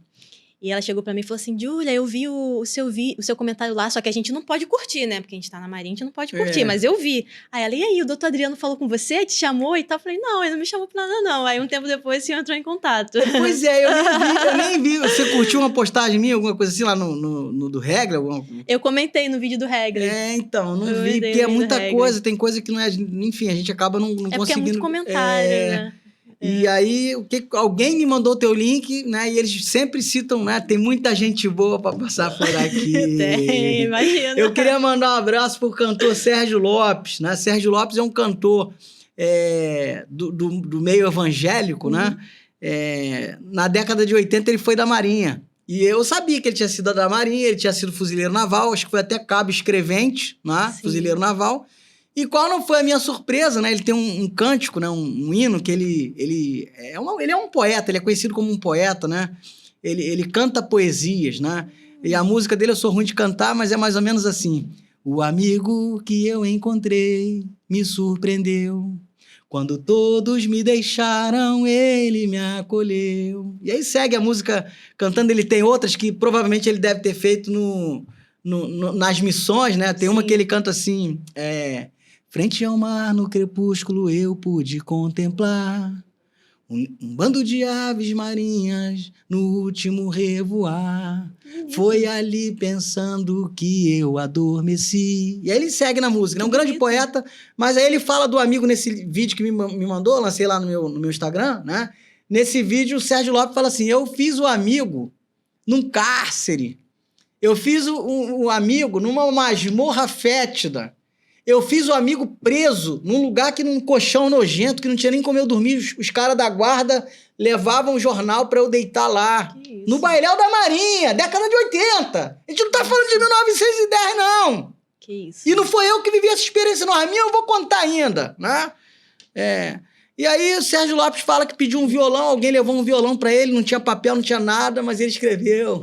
Eu fico imaginando ele dedilhando o violão e cantando, né? O amigo que eu encontrei. Uma alma sensível, né? Pra conseguir fazer uma música nesse Exatamente. estado. E ele fala, eu costumo dizer que os melhores azeites, né, saem das uvas prensadas, né? Aonde é feito o vinho?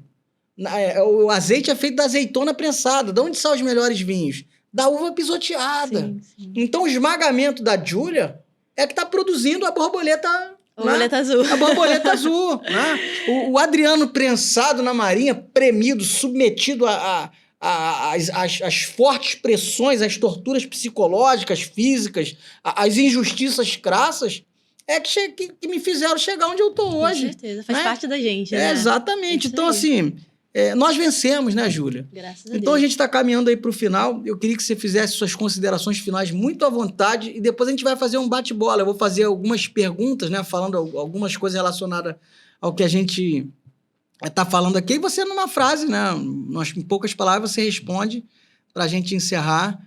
E quem sabe uma próxima oportunidade aí. Teria um prazer. Eu gostaria de agradecer ao senhor pelo convite. Foi muito especial estar aqui.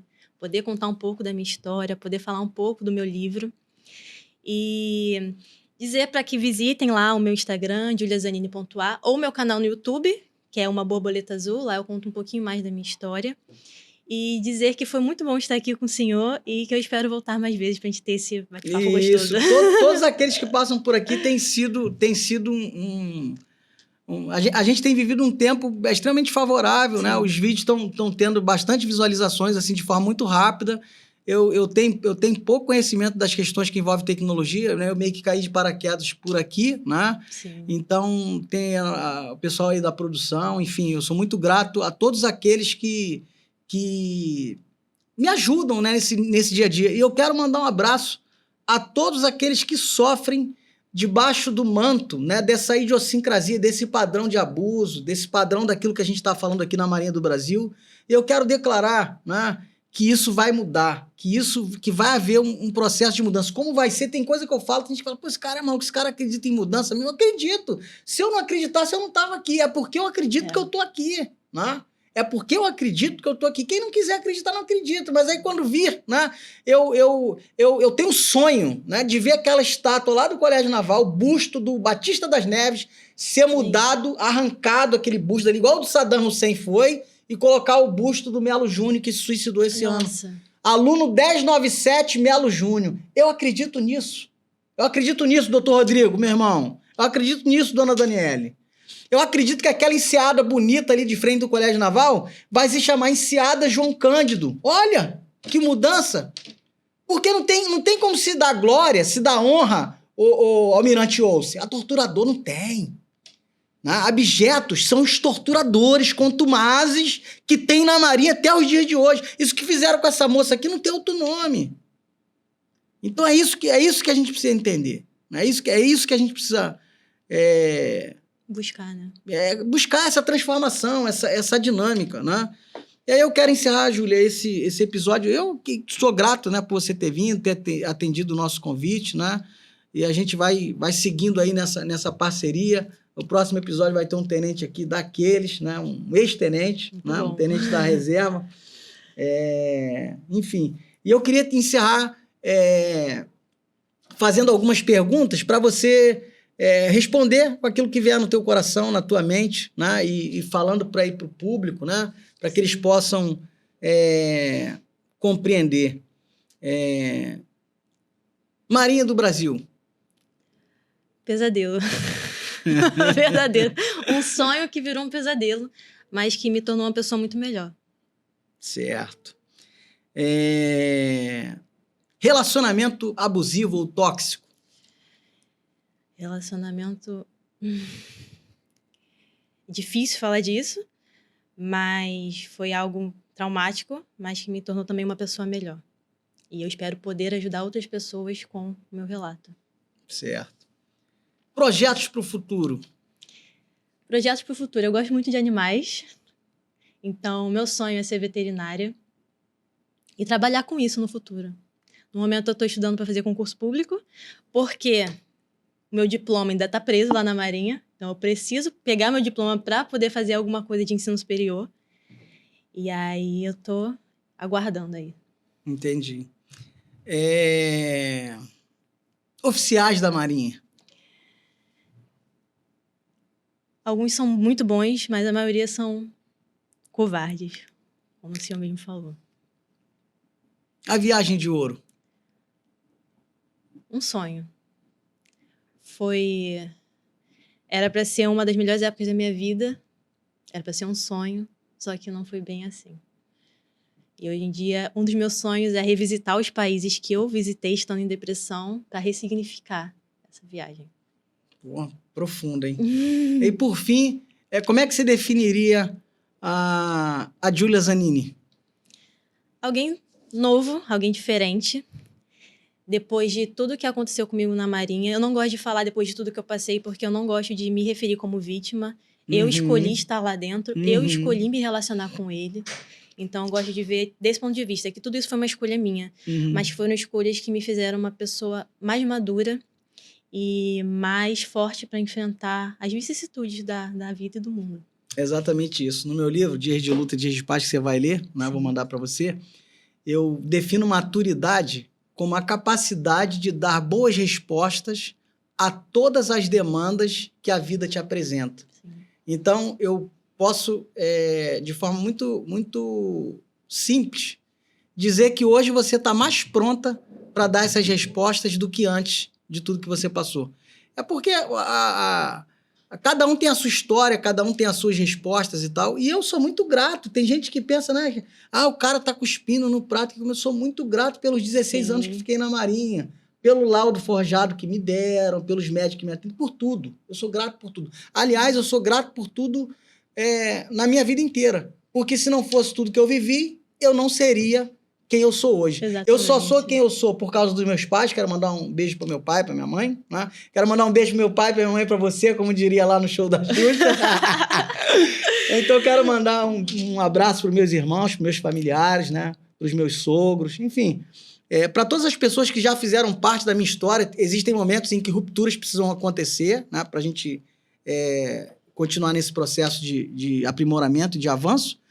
E, por fim, quero agradecer muito a Deus, né? Aquele que me norteia, aquele que me guia, aquele que me rege. Né? Agradecer a Deus por ter me apresentado a você, por você estar aqui hoje. Né? E dizer para você que o prazer foi todo meu de recebê-la aqui, né? Com muito carinho, muito respeito, né? E poder te dar voz para você soltar essa voz e o nosso público conhecer a sua realidade. Então, minha gratidão aí a você. Muito obrigada, tá? doutor. Deus abençoe e muito sucesso. Igualmente.